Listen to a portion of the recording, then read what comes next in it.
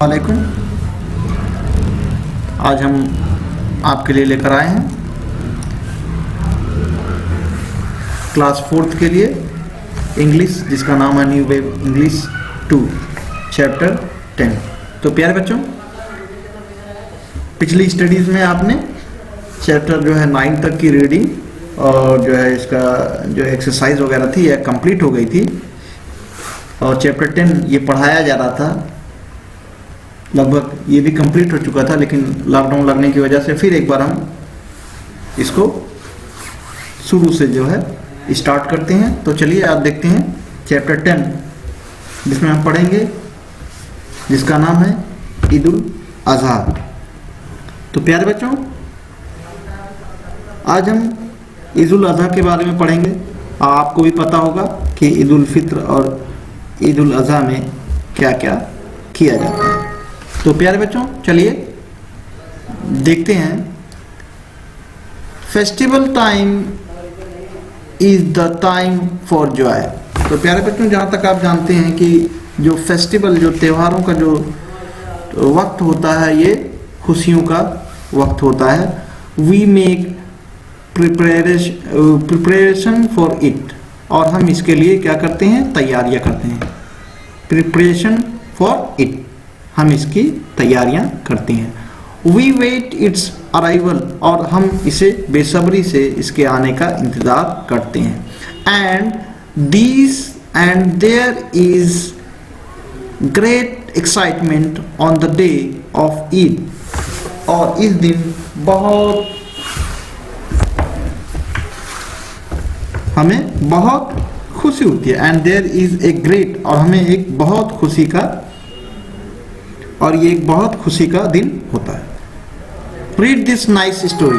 तो बच्चों, चलिए हम इस प्यारी सी कहानी को पढ़ते हैं। तो चलिए देखते हैं। Eid ul Azha is near, I can hardly wait.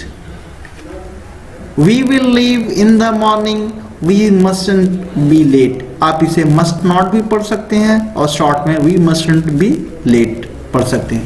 तो प्यारे बच्चों, ये जो पोयम है इसमें लिखा गया है, पोयम कहता है Eid ul Azha is near, I can hardly wait. Eid ul Azha जो है करीब है और हमें इसका बेसब्री से इंतज़ार कर रहे हैं, और हम इसका बेसब्री से इंतज़ार कर रहे हैं, या बच्चे कह रहे हैं कि हम इसका बेसब्री से इंतज़ार कर रहे हैं। We will leave in the morning, we will leave in the morning, we mustn't be late. और कह रहे हैं we will leave in the morning, कि हम सुबह में सवेरे उठ जाएंगे, अपने बिस्तरों को छोड़ देंगे। We will leave in the morning means हम अपने बिस्तरों से उठ जाएंगे या सुबह सवेरे उठ जाएंगे। वी मस्टंट बी लेट, और हम बिल्कुल लेट नहीं होंगे, कोई भी ताख़ीर नहीं करेंगे। उसके बाद देखिए, we will go to the farm to bring home my little birdie, we will have to watch out cause it's gets kind of muddy. तो प्यारे बच्चों, और बच्चा कहता है we will go to the farm, we will go to the farm, हम जो है फार्म जाएंगे। तो प्यारे बच्चों, फार्म इस जगह को कहते हैं जहां पर हम खेती वगैरह करते हैं, अपने जानवरों वगैरह को रखते हैं, उसे फार्म कहते हैं। तो इसलिए बच्चा कहता है we will go to the farm, हम फार्म हाउस जाएंगे या हम फार्म में जाएंगे। To bring home my little body, किसे लाने के लिए, मेरे एक नन्हे से साथी को लाने के लिए। बॉडी यहाँ दोस्त को कहते हैं, लिटिल मतलब नन्हा, एक नन्हे से साथी को लाने के लिए जाएंगे। We will have to watch out, और हम देखेंगे, we will have to watch out, और हम देखेंगे।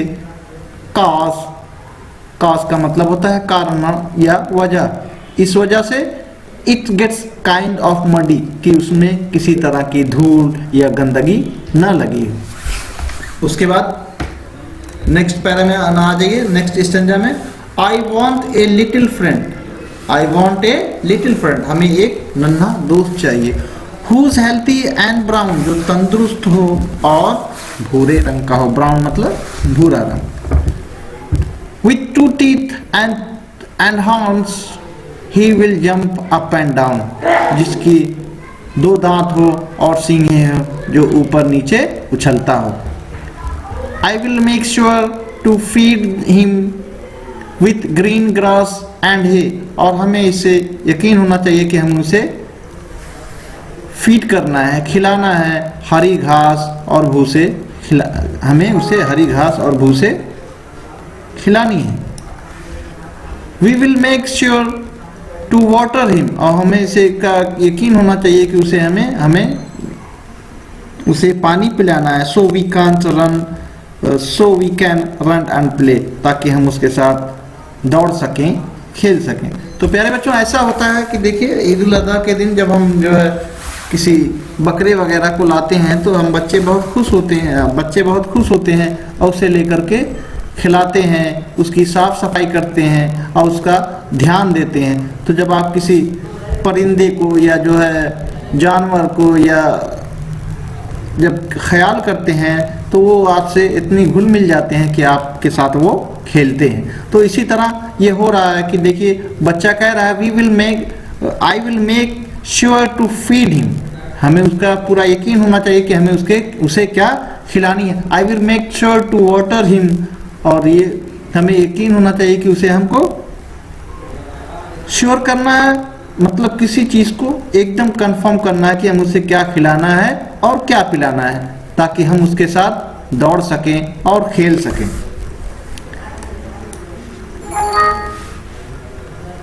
अब आ जाइए नेक्स्ट में, I will take him outside and we will race on our feet. और हम उसे बाहर ले जाएंगे चराने के लिए, खिलाने के लिए या टहलाने के लिए। हम जब एनिमल्स को बाहर ले जाते हैं और उसके साथ दौड़ लगाते हैं।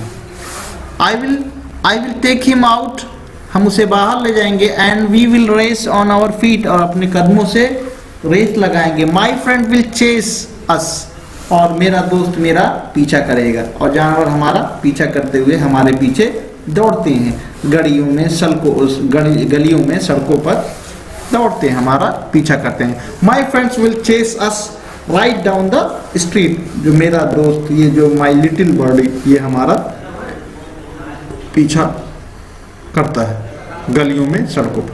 तो प्यारे बच्चों, ये तो था इसका फर्स्ट पेज।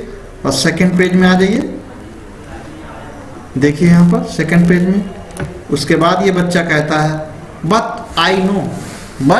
आई नो, लेकिन मुझे मालूम है। आई नो, लेकिन मुझे मालूम है। माई फ्रेंड विल नॉट रिमेन, कि मेरा दोस्त ये रहेगा नहीं। रिमेन का मतलब बाकी रहना या रहना, कि मेरा दोस्त, ये जो दोस्त है ये रहेगा नहीं। ही केम फ्रॉम अल्लाह, ये अल्लाह के यहाँ से आया है। And to Allah will go again, और फिर अल्लाह के यहाँ चला जाएगा, और फिर दोबारा अल्लाह के यहाँ चला जाएगा। But I want be sad, लेकिन हमें बिल्कुल उदास नहीं होना है, दुखी नहीं होना है। I will be filled with chair, हमें खुशी के साथ भरा होना है। आई विल बी फिल का मतलब भरा होना, विथ चेयर, खुशियों से भरा होना है। बिकॉज, इसलिए, आई नो, क्योंकि इसलिए कि मैं जानता हूँ, Eid ul Azha will came back next year, कि ईद उल अज़हा फिर दोबारा अगले साल फिर आएगा। तो प्यारे बच्चों, ये तो थी इसकी